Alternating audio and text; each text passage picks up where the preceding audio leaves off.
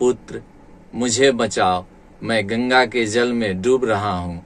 पुत्र मैंने तुम्हें जन्म दिया है, पुत्र मैंने तेरा भरण पोषण किया है, तुम्हारी जरूरत है मुझे। पिताश्री मुझे बचाओ, मैं गंगा के जल में डूब रहा हूँ। पिताश्री आपने मुझे जन्म दिया है, पिताश्री आपने मेरा भरण पोषण किया है, आप मुझे बचाओ।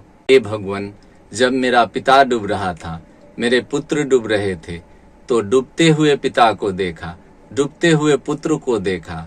उस समय पुत्र मेरा था और पिता भी मेरा था, किंतु जब मैं रस्सी फेंक रहा था तब दोनों ही व्यक्ति केवल डूबने वाले थे।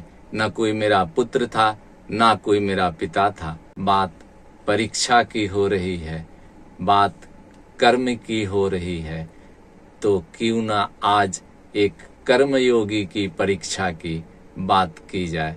एक कर्मयोगी हमारे बीच रहता है, हमारे समाज में रहता है, किंतु हम उसे देखते तो हैं परंतु पहचान नहीं पाते हैं।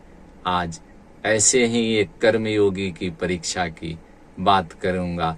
हमारे धार्मिक ग्रंथों में अनेक कहानियां हैं जिससे हमें सीख मिलती है, अनेक कहानियां हैं जिससे हमें कर्म पथ पर चलने की प्रेरणा मिलती है। बात बड़ी पुरानी है। एक कर्मयोगी अपने परिवारजनों के साथ, अपने स्वजनों के साथ गंगा स्नान को गया। परम पवित्र, परम पावन माता गंगा के जल में पहले से ही कई लोग स्नान कर रहे थे। वह कर्मयोगी गंगा तट पर बैठ गया और उसके वृद्ध पिता और नन्हा सा बालक पुत्र गंगा जल में स्नान करने के लिए उतर गया। दोनों स्नान करने लगे। वह कर्मयोगी इधर उधर देख रहा था, लोगों को निहार रहा था। स्नान करते हुए देखना उसे अच्छा लग रहा था। तभी उसके कानों में आवाज आई, पुत्र मुझे बचाओ, मैं गंगा के जल में डूब रहा हूँ। पुत्र मैंने तुम्हें जन्म दिया है, पुत्र मैंने तेरा भरण पोषण किया है, तुम्हारी जरूरत है मुझे, मुझे बचाओ। अचानक उस कर्मयोगी की नजर चिल्लाते हुए अपने वृद्ध पिता की ओर गया और वह देख लिया कि मेरा पिता डूब रहा है। वह तुरंत कोई जुगाड़ लगाने लगा, कोई उपाय लगाने लगा कि कैसे मैं अपने डूबते हुए पिता को बचाऊं। तभी उसके नन्हे से बालक पुत्र ने आवाज दी, पिताश्री मुझे बचाओ, मैं गंगा के जल में डूब रहा हूँ। पिताश्री आपने मुझे जन्म दिया है, पिताश्री आपने मेरा भरण पोषण किया है, आप मुझे बचाओ। मुझे बचाना आपका कर्म भी है और धर्म भी है। पिताश्री मुझे बचाओ, मैं गंगा के जल में डूब रहा हूँ।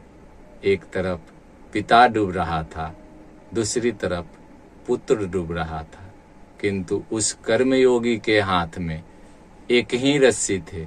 या तो वो अपने पिता को बचा सकता था या फिर अपने पुत्र को बचा सकता था। अब वह कर्मयोगी सोचने लगा, मैं पिता को बचाऊं या पुत्र को बचाऊं। तभी अचानक उसके पिता ने फिर से आवाज दी, पुत्र मैंने तुम्हें जन्म दिया है, मुझे बचाओ। मुझे बचाना तेरा धर्म भी है और कर्म भी है। मैंने बड़े परिश्रम से तुम्हारा भरण पोषण किया है, पुत्र मुझे बचाओ। अचानक उस कर्मयोगी के डूबते हुए पुत्र ने आवाज दी, पिताश्री मुझे बचाओ, आपने मुझे जन्म दिया है, आपने मेरा भरण पोषण किया है। एक बार पुनः वह कर्मयोगी दुविधा में पड़ गया, मैं किसे बचाऊं। उसके पास एक ही रस्सी था, या तो वो अपने पिता की ओर फेंक सकता था या अपने पुत्र की ओर फेंक सकता था। अब उस कर्मयोगी की परीक्षा शुरू हुई कि वह अपने पुत्र को बचाता है या अपने डूबते हुए पिता को बचाता है।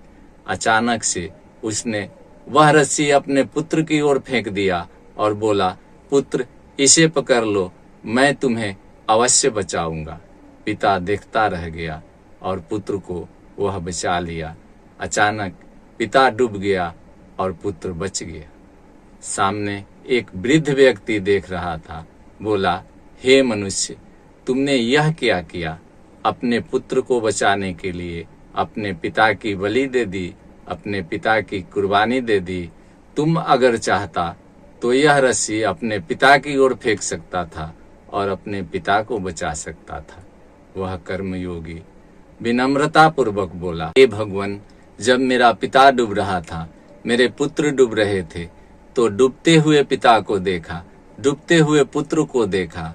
उस समय पुत्र मेरा था और पिता भी मेरा था, किंतु जब मैं रस्सी फेंक रहा था तब दोनों ही व्यक्ति केवल डूबने वाले थे।